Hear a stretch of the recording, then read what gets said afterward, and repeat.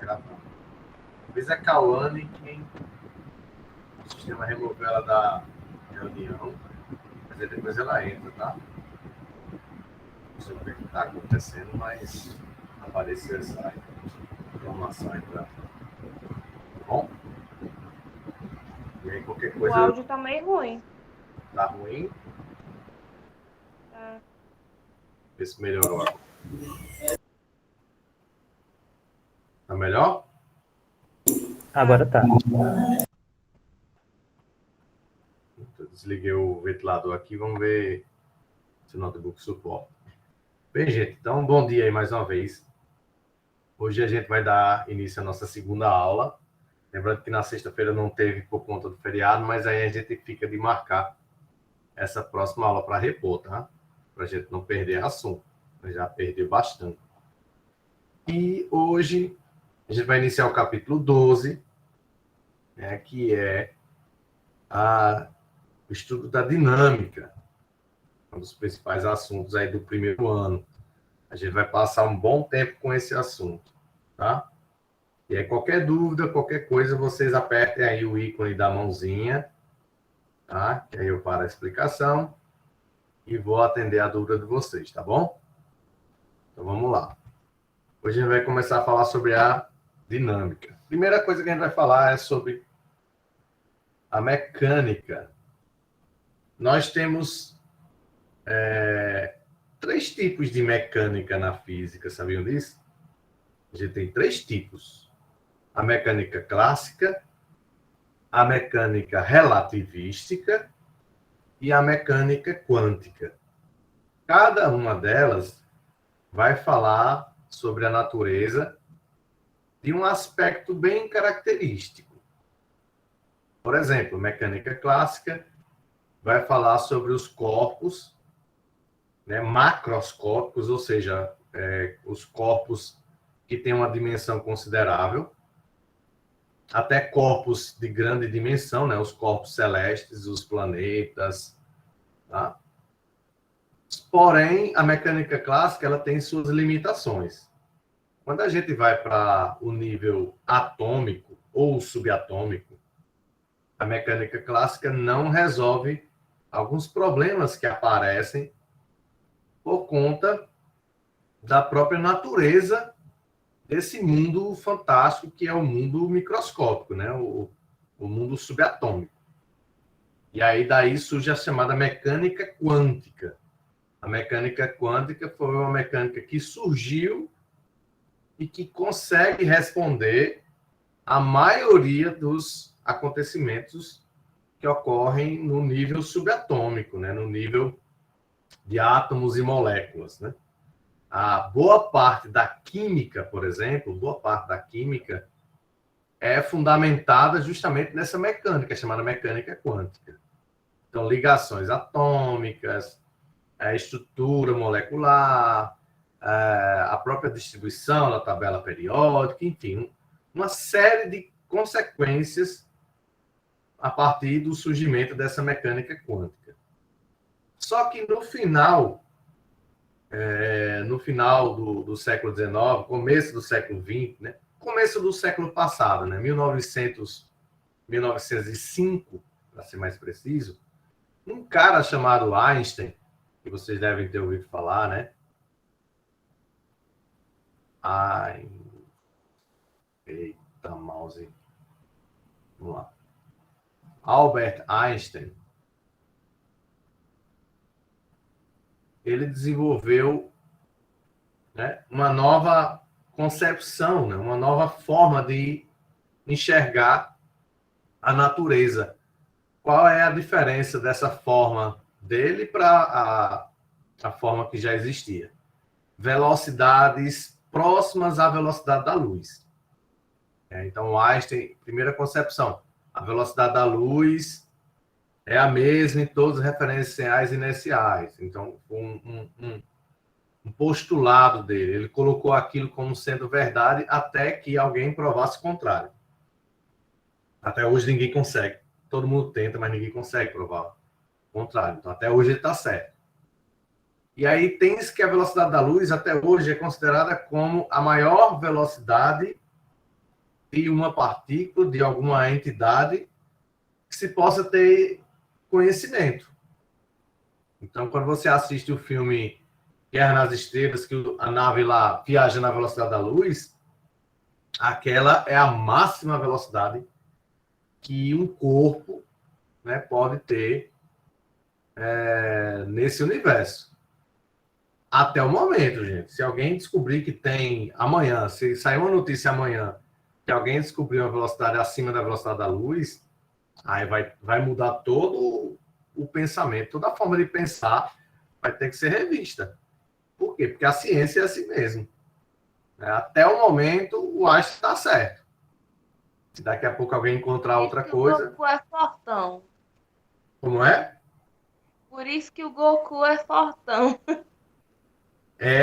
Você vê quando os corpos chegam na velocidade da luz, eles adquirem massa infinita, né? Energia infinita. O Goku, ele não tem esse poder à toa, né? Quem criou esse desenho, criou já sabendo da mecânica relativística. Inclusive, é superior ou igual ao do Superman. O Superman também é nessa linha de pensamento, assim. Então, o Einstein, ele desenvolveu a chamada mecânica relativística. A mecânica relativista, em 1905. Vocês vão ver essas duas mecânicas, a mecânica quântica e a mecânica relativística, só no terceiro ano. Tá?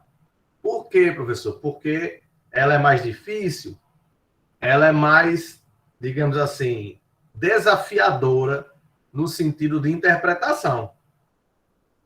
Imagina você pega lá o Goku que dá um soco com uma velocidade infinita.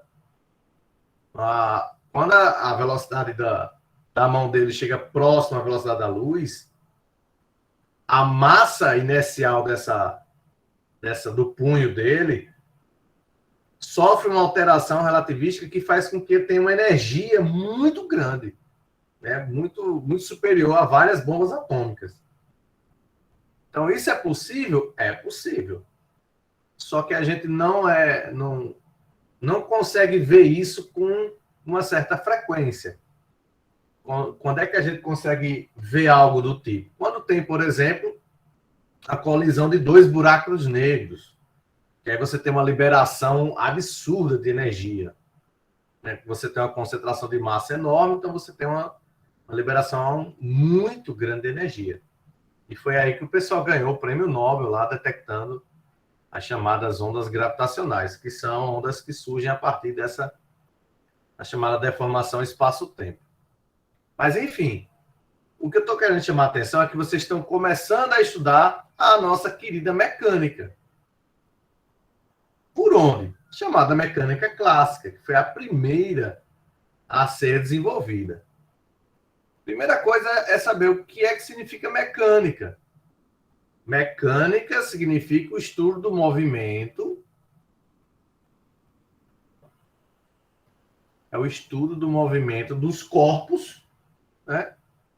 E a chamada interação entre os corpos, né? Como é que os corpos interagem entre si?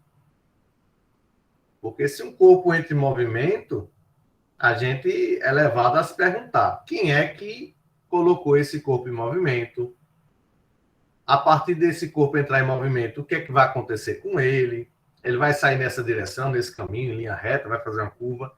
Então, assim, tem uma série de coisas que a gente pergunta, né? É natural a gente perguntar. Isso é a chamada mecânica. A gente estudou no bimestre passado a chamada cinemática. Cinemática é uma área da mecânica que estuda o movimento.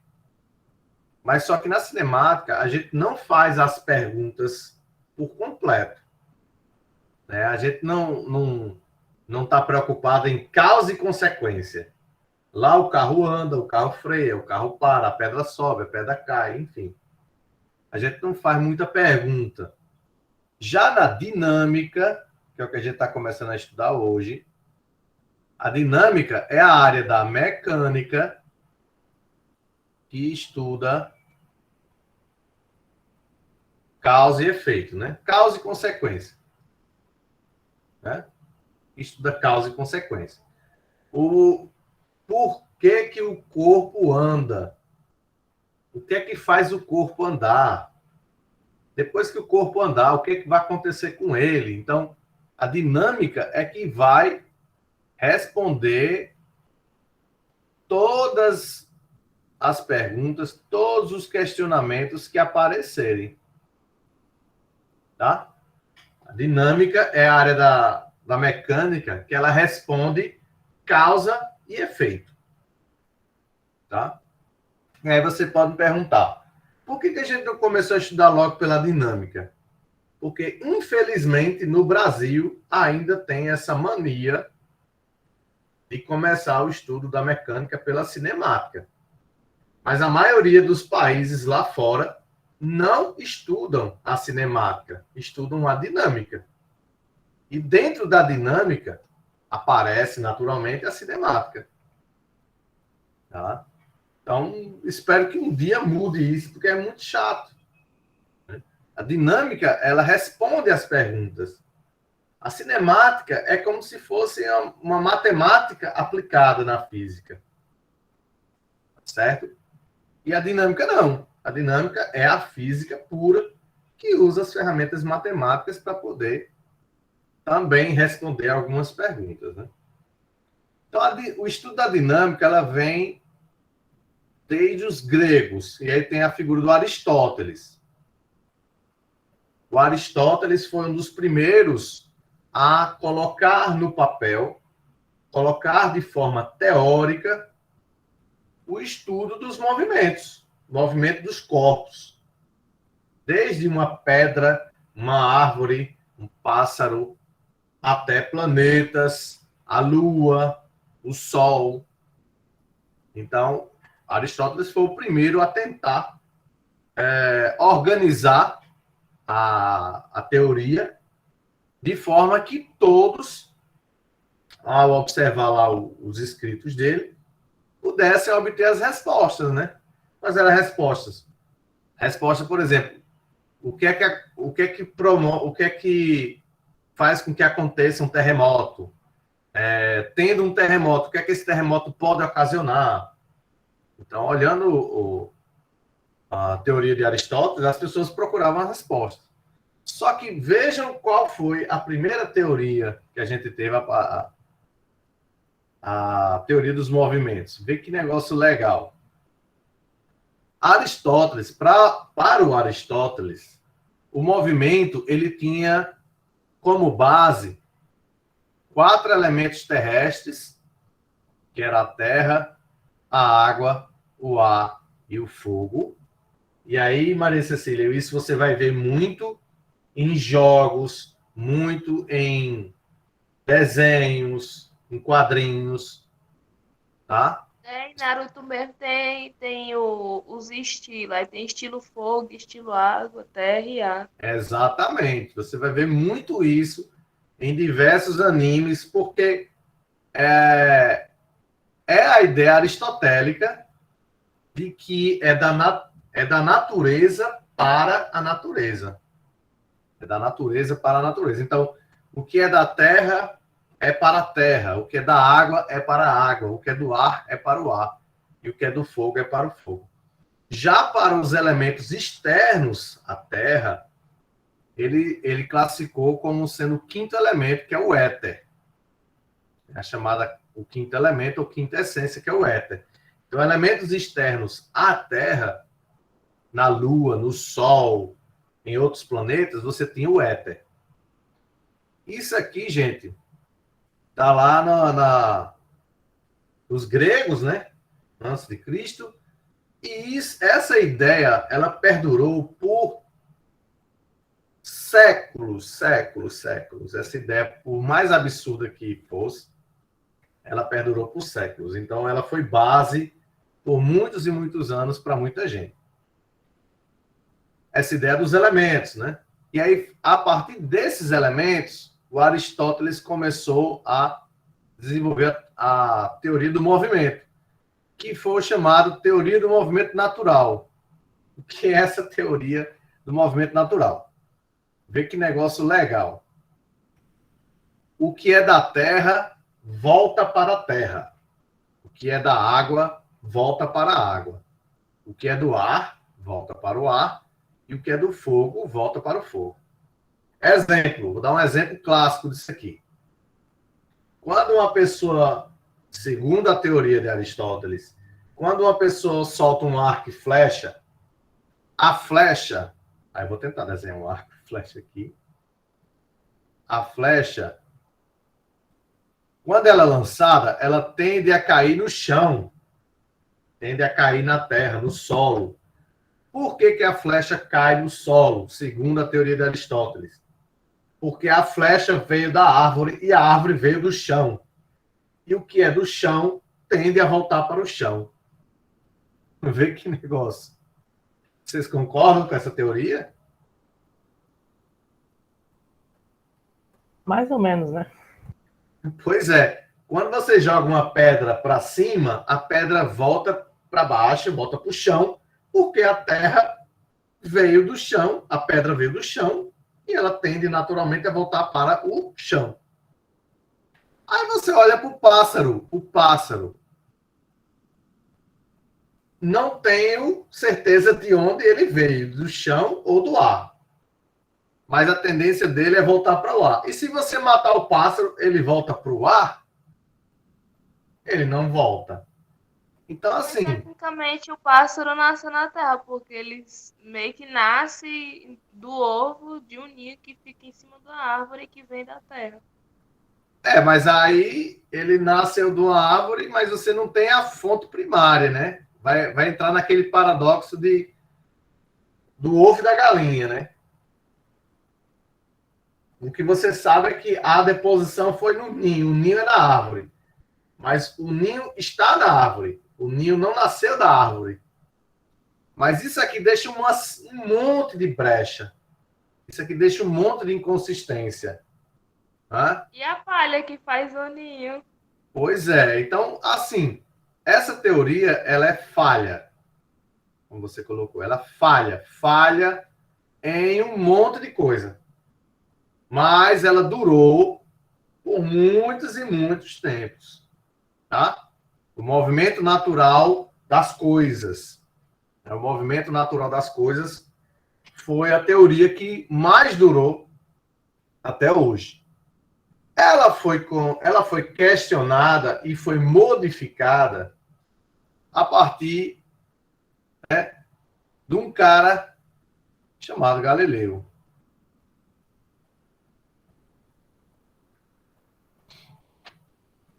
Galileu Galilei. Tá? O Galileu, ele foi o pai da ciência experimental. O que é ciência experimental? É fazer na prática. Né? É fazer na prática um experimento, um laboratório, fazer alguma coisa prática para mostrar que aquilo é verdade ou não. Então, o Galileu, tá? Já no século XVI, século XVII, ele começou a fazer experimentos mostrando que Aristóteles não é bem assim. Não é bem assim. Uma das primeiras coisas que o Galileu mostrou foi que corpos teoricamente mais pesados, né, não caem de forma mais rápida do que os mais leves. Aí vem aquele velho experimento da Torre de Pisa. A Torre de Pisa ela tem uma inclinaçãozinha assim. E aí Galileu soltou um objeto pequenininho aqui e um objeto grande aqui. Aí pergunta, qual deles cai mais rápido? Aí todo mundo, não, esse aqui é mais pesado, esse aqui cai mais rápido. Esse aqui é mais pesado, esse aqui cai primeiro, professor. Não, ambos caem ao mesmo tempo. Ambos caem ao mesmo tempo. Foi o primeiro experimento que Galileu mostrou que as ideias de Aristóteles não estavam corretas.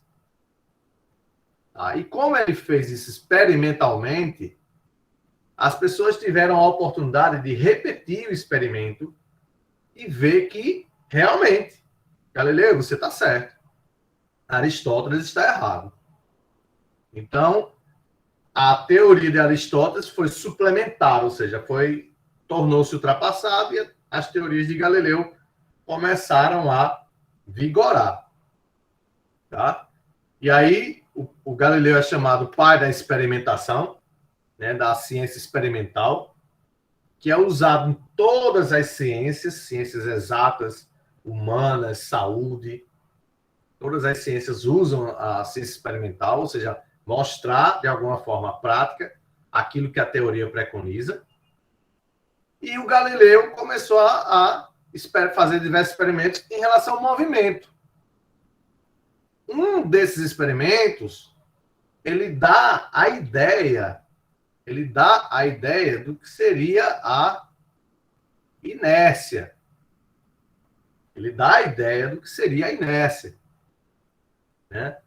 Se a gente fizer um experimento que reduza ao máximo o chamado atrito, né? O Galileu foi o primeiro a encontrar o elemento atrito como um elemento que atrapalha o movimento.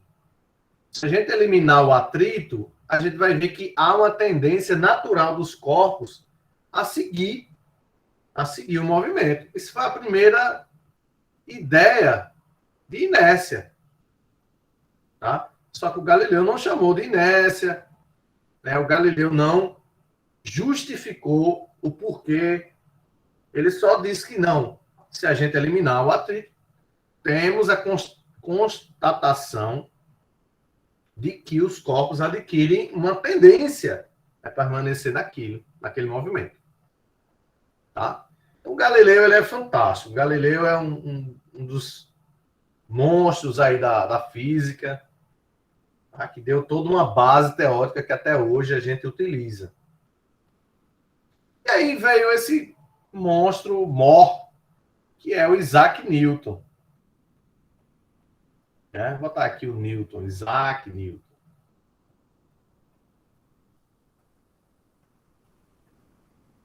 O maluco é feio, viu? Então, Isaac Newton, aí, século XVII, né? Século XVII.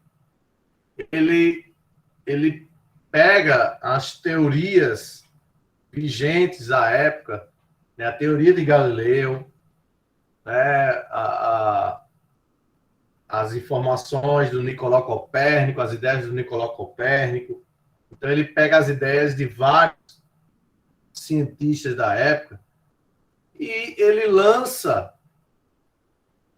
essas teorias de uma forma sistemática e utiliza a matemática para justificar os fenômenos, alguns, né? Não todos, porque alguns são justificativa física mesmo. Mas alguns ele utiliza a linguagem matemática e justifica diversos pontos que o Galileu, Copérnico, Johannes Kepler, todos esses cientistas colocaram na época. E ele sintetiza nesse livro que é maravilhoso, que é o chamado Principia, o Principia, tá? Que é o princípio matemático da filosofia natural.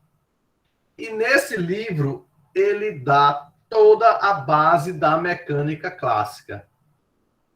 Todo o aspecto teórico e todo o aspecto matemático da mecânica clássica.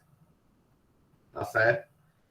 De uma forma magistral, de uma forma assim bem clara, bem sucinta, sem precisar de experimentação, só definindo, mostrando, dando exemplo e, né, justificando aquilo que estava faltando na teoria de Galileu. Por exemplo, o Newton, ele afirma que existem forças de contato e forças de ação à distância, que é chamada forças de campo. São chamadas forças de campo. O que são as forças de campo? são forças de ação a longa distância. Por exemplo, quando você coloca um ímã perto de um metal, você não vê, você não enxerga, mas você sente que o ímã puxa o metal. E quando você vai chegando, deixando o metal o metal perto do ímã, você vê que a partir de um momento que você vai chegando perto, ele começa a puxar e puxa cada vez mais. Então, isso é uma força de atuação em campo, ou seja, a longa distância. É como a força gravitacional, a nossa força peso. Tá? Se você chuta uma bola para cima, o campo gravitacional da Terra atrai a bola para baixo. Então, a bola sobe, depois ela desce, porque ela é atraída para o campo, por conta do campo gravitacional da Terra, que a gente vai estudar mais detalhes lá na frente. E as forças de contato, como não já diz, é contato aqui, ó. São forças de interação a curta distância. Tá? Que filosoficamente, quando a gente vai estudar na mecânica quântica, ao pé da letra, aquele nerd assim, bem de exatas, professor, quer dizer que a gente nunca toca em nada? Realmente, quando a gente chega perto de tocar em uma superfície com outra, a mecânica quântica impede. Por quê? Porque cargas elétricas iguais se repelem. Então, as cargas da mão desse senhor aqui se repelem com as cargas da mão da superfície metálica desse carro. Então, ao pé da letra, não há contato entre uma superfície e outra. Existe um campo de curto alcance, mas de curtíssimo alcance, é um campo elétrico repulsivo, que impede o contato de fato. Né? E aí, como é?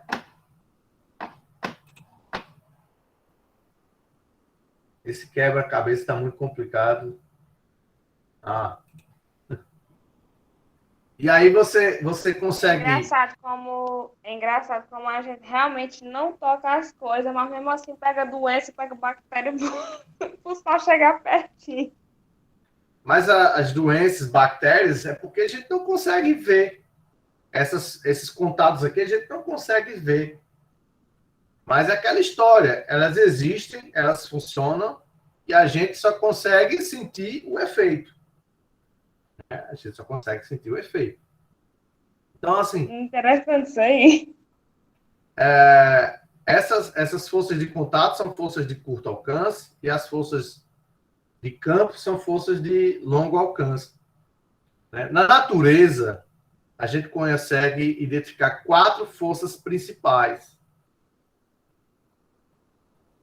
A chamada força fraca, força forte, força gravitacional e força eletromagnética. Até hoje, nós conseguimos encontrar 4 forças na natureza. Força fraca e força forte são forças que atuam dentro do núcleo do átomo. Vocês vão estudar em química, aí vocês vão ver o seguinte, ó. Existe aqui o núcleo que tem prótons e nêutrons. E aqui ao redor existe a eletrosfera. Aí vocês vão perguntar ao professor de química: se positivo atrai negativo, por que esse elétron não entra aqui e acaba logo com essa festa? Porque aqui dentro dessa região existem forças que mantêm esse sistema coeso. O núcleo, por exemplo, vamos olhar dentro do núcleo. O núcleo é cheio de prótons. Positivo, positivo, positivo, positivo, positivo. Positivo não repele positivo? Por que esse núcleo não estoura? Não explode? Porque está todo mundo perto um do outro e repelindo. Não estoura, porque existem forças dentro do núcleo chamada força forte, que mantém esse núcleo coeso. Como é que eu consigo quebrar essa força forte aqui? Um acelerador de partículas. E aí, quando a gente consegue acelerar essa partícula e jogar uma contra a outra, elas colidem, quebram o núcleo, e aí a gente tem um monte de informação lá dentro. Tá? Aqui no Brasil a gente tem um acelerador de partículas, mas não como o da Europa, que consegue quebrar átomos pesados, né? Tem muita informação dentro. Então, o Newton trouxe essas duas informações que são muito importantes. São dois tipos de força: força de contato, força de longa distância, força de campo. E o Newton traz para a gente a chamada primeira lei de Newton, a primeira lei da natureza, na verdade. O que é que diz a primeira lei de Newton? Ou também conhecida como a lei da inércia. Todo corpo tende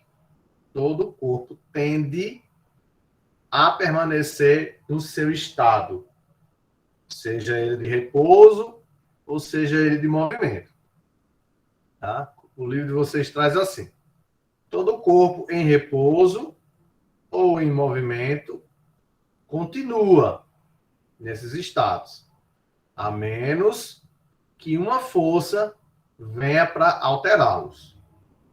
É uma outra forma de dizer a mesma coisa. A primeira lei de Newton, a famosa lei da inércia, diz que se eu tiver um corpo em movimento, aqui o menino aqui, ó. Esse menino feio da gota aqui, ó. Um corpo em movimento, aí tá ele andando aqui de skate, tende, aí bate aqui, ó. Como ele estava em movimento, ele tende a permanecer em movimento. Então, um corpo em movimento tende a permanecer em movimento. Essa é a ideia da inércia. E aí eu não sei como é que ele estava andando de skate aqui na areia, não sei como é que ele bateu aqui nesse monte de bosta Retardado, aqui, ele. e não sei como é que ele vai, bate, tende a permanecer em movimento para bater num cactus aí enorme. Aí. Um cactus desse Não, no mas Brasil.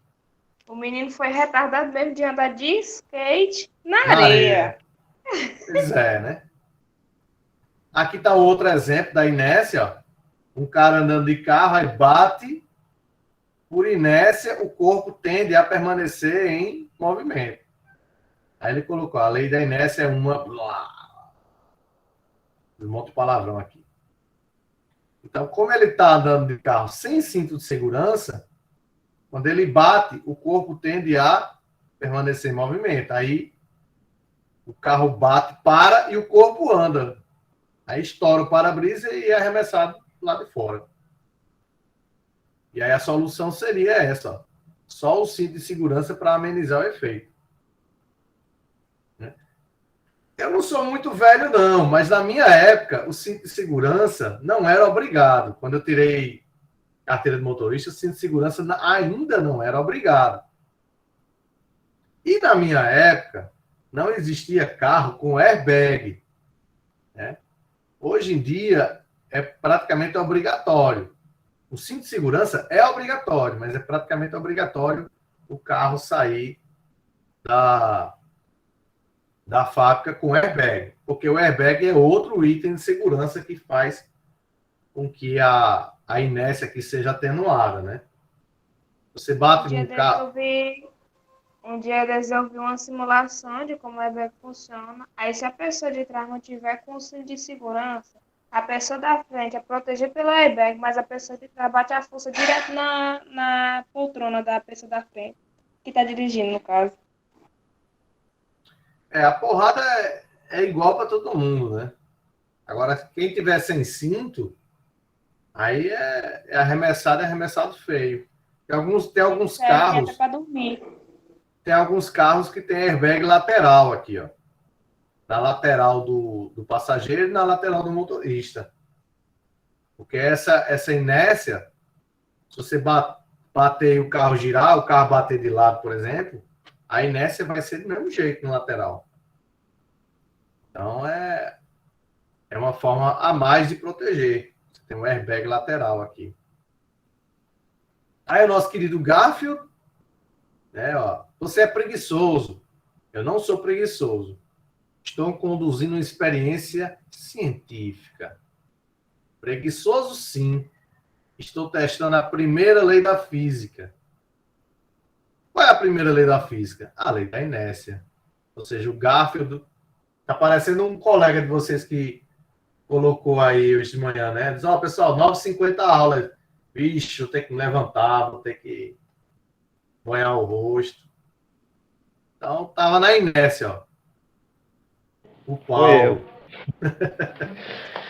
Então, Paulo, você estava na primeira lei de Newton, você estava na inércia.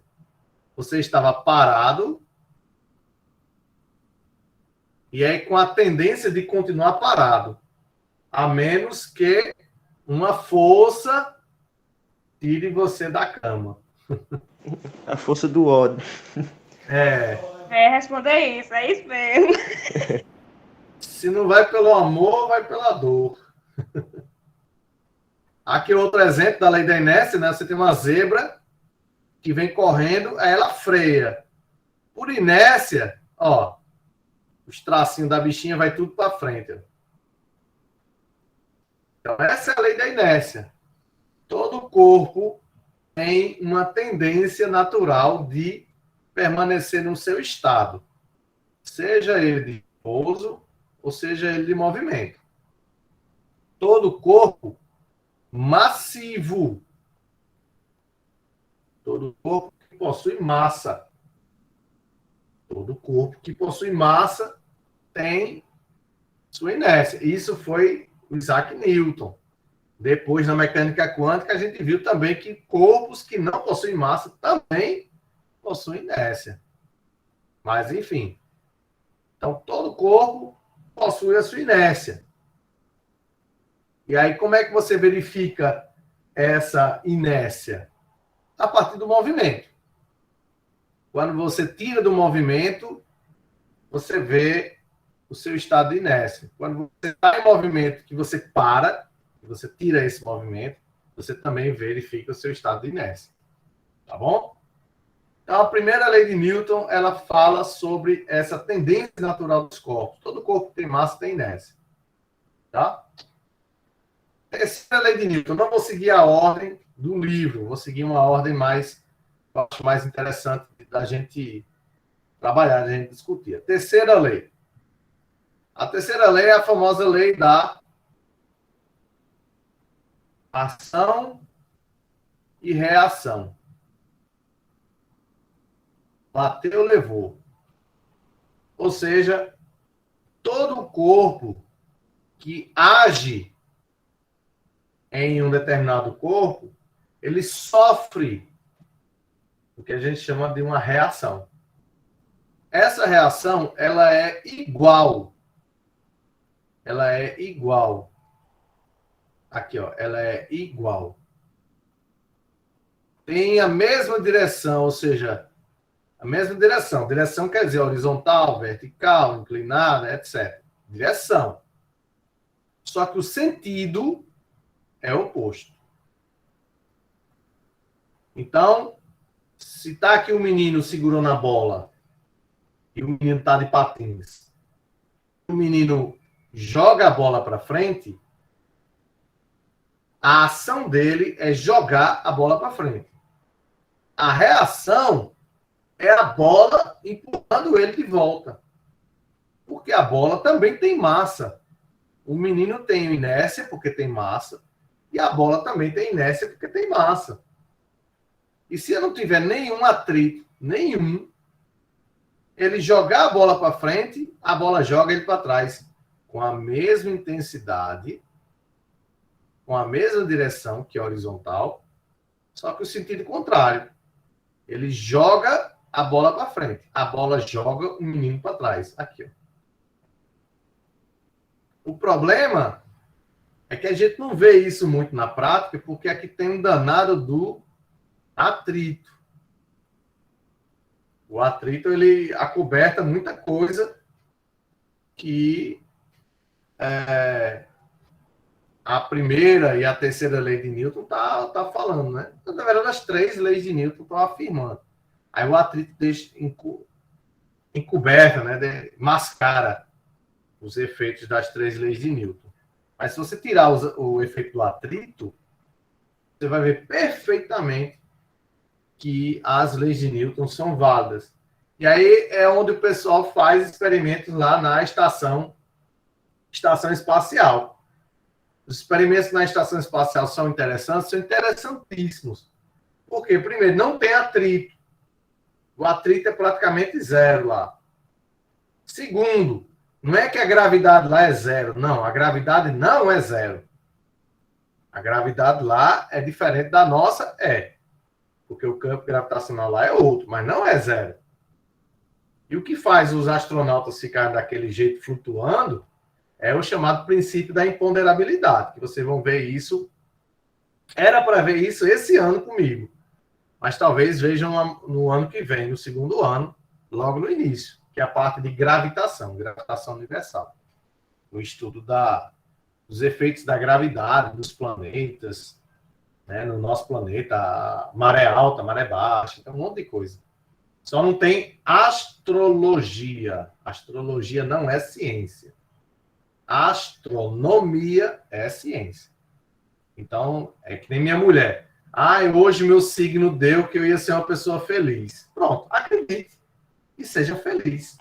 Aí passa o dia, aí às vezes acontece uma coisa ou outra que irrita, acaba não sendo feliz. Eu não acredito em signo, não. Ou se não, é aquela coisa tipo, hoje você vai estar bem. Pronto, uma coisa bem vaga que cabe a diversas pessoas terem a mesma sensação. Estar bem. Pronto, acabou. Então vamos lá. Então, a terceira lei de Newton, a lei da ação e reação. Cuidado que essa ação e reação, ela não precisa de contato. Não necessariamente precisa de contato. Ela precisa de uma interação. E vocês viram que a interação pode ser por contato ou pode ser por campo. As duas têm terceira lei de Newton. As duas têm terceira lei de Newton. Então, não necessariamente precisa de contato para ter ação e reação. Precisa, sim, ter uma interação. Né? Uma interação. Por exemplo, aqui teve a interação do ímã com os clipes. Professor, quer dizer que se eu colocar aqui, o ímã puxa o clipe e o clipe puxa o ímã. Exatamente. Terceira lei. Mas como é que eu não vejo isso? Como é que eu não sinto isso? Porque geralmente o ímã vai estar na superfície, vai estar com atrito. E aí é difícil você imaginar que o clipe, né, o clipezinho aqui, puxa um ímã. Mas ele puxa sim. Pela terceira lei de Newton, sempre que tiver interação entre os corpos, tem o par ação e reação. Tá? E a segunda lei de Newton, que é uma das mais importantes, que a gente vai ver a partir de agora até o final do nosso curso. E vai ver no segundo ano também, vai ver no terceiro ano também. Para você ver a importância que é a segunda lei de Newton. Primeiro que Newton nunca escreveu isso aqui, ó. Ele nunca escreveu força igual a massa vezes aceleração. Newton escreveu assim, ó. A força é dado pela variação do momento linear do corpo. Mas que bexiga é momento linear, professor? Momento linear, esse pezinho aqui, é dado pela massa vezes a velocidade. Isso aqui, quem disse foi Galileu. Essa ideia do momento linear,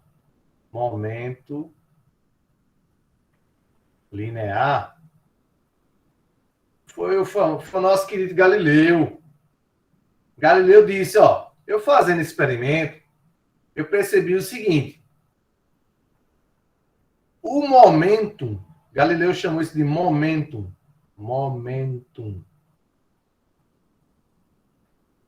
O momentum do corpo é uma relação entre a massa e a velocidade desse corpo. Como assim, Galileu? Explique melhor. Eu posso ter, por exemplo, um estrago, né, numa colisão, por exemplo, de duas formas. Imagine uma bala de fuzil. A bala de fuzil,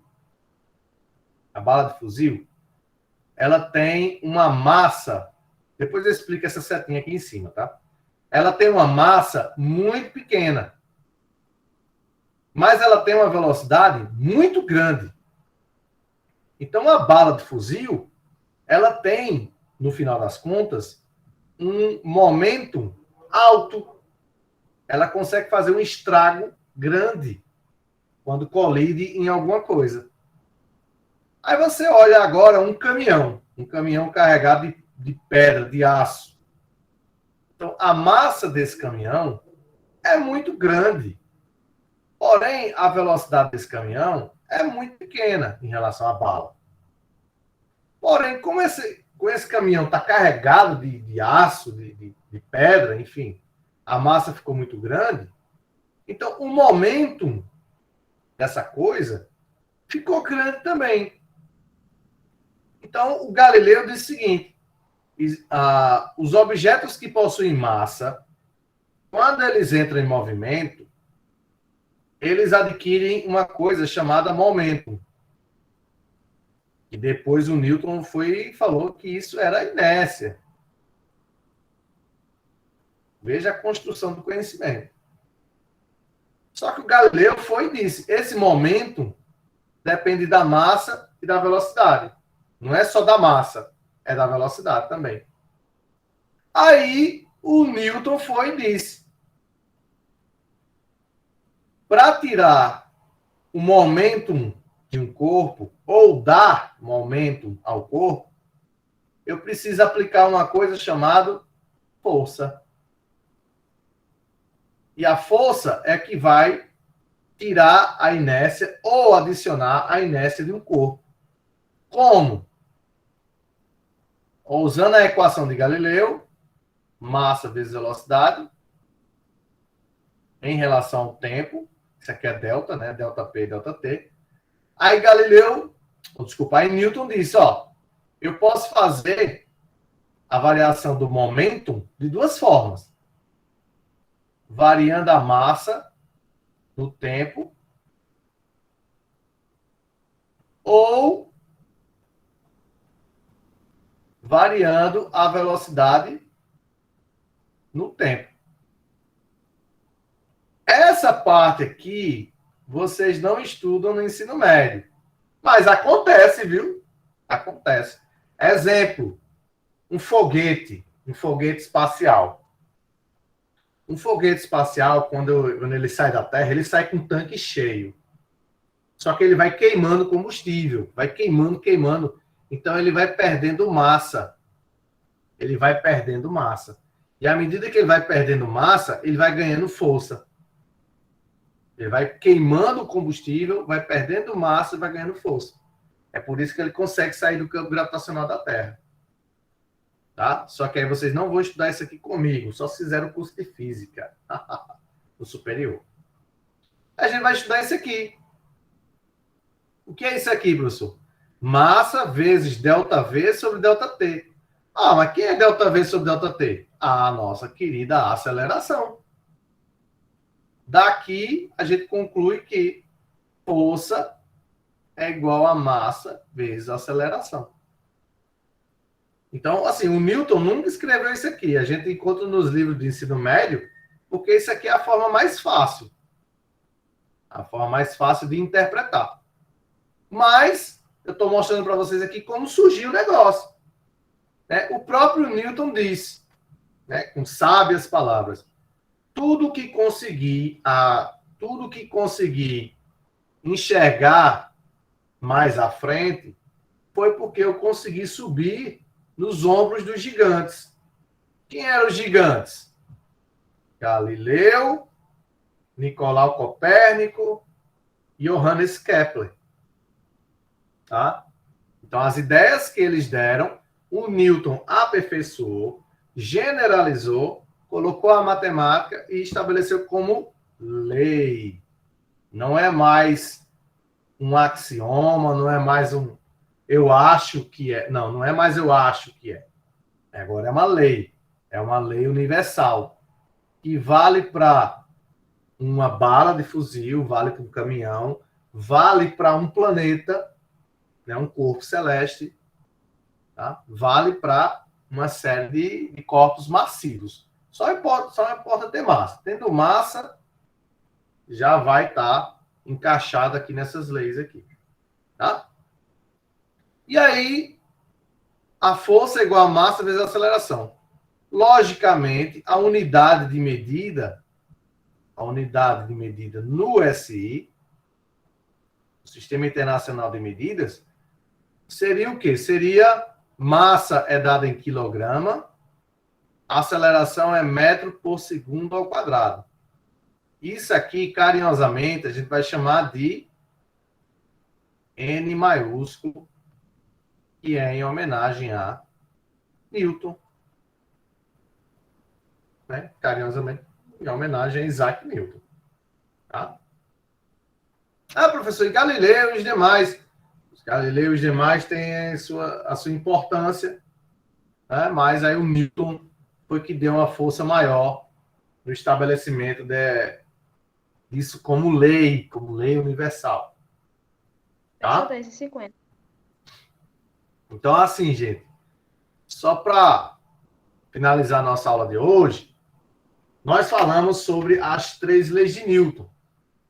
Essas 3 leis, elas vão governar toda a mecânica clássica. Tá? Elas vão ditar todas as regras da mecânica clássica.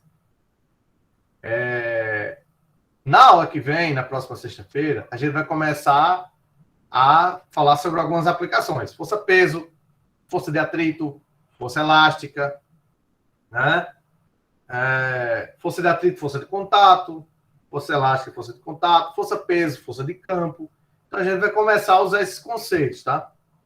Na aula de hoje, eu vou colocar 3 questõezinhas teóricas para vocês, lá mesmo no Google Sala de Aula, tá? Porque eu estava colocando nas aulas e muita gente reclamando. Professor, não deu para assistir a aula. Enfim.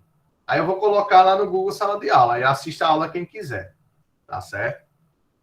E vou tentar pegar a gravação dessa aula e colocar no YouTube para ficar lá, tá bom? Para não ter esse problema do Google Drive. E aí qualquer coisa vocês me dizem. Qualquer coisa vocês me avisam, tá certo? Combinado assim? Combinado. Certo. Vou parar aqui a gravação